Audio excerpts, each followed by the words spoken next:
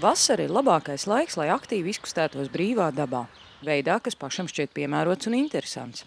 Šodien nodarbojos ar geocachingu, jeb slēpņošanu, kā to tagad sauc latviski. Un meklēju lūk šādu te kārbiņu, kura var būt paslēpta jebkur.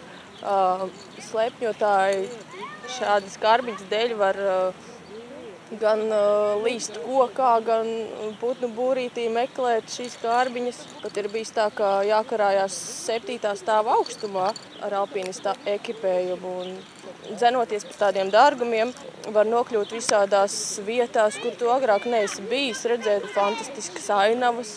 Arī šo slēpņu aprakstos bieži vien ir iekšā dažādi vēsturiski interesanti fakti. Piemēram, meklējot vienu slēpni, es uzzināju, ka Rīgā ir būvēts pirmais tanks pasaulē. Geocachings vispār ir radies Amerikā.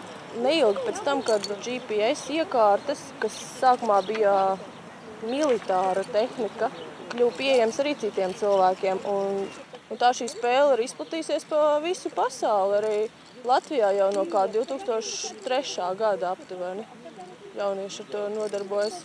Un ne tikai jaunieši.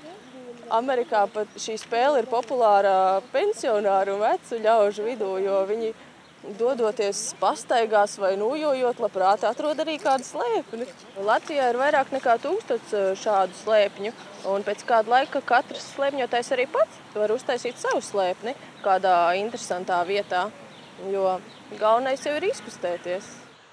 Vairāk par slēpņošanu un citām aktīvas atpūtas iespējām lasiet žurnāla 36,6 jūnija-jūlija numurā.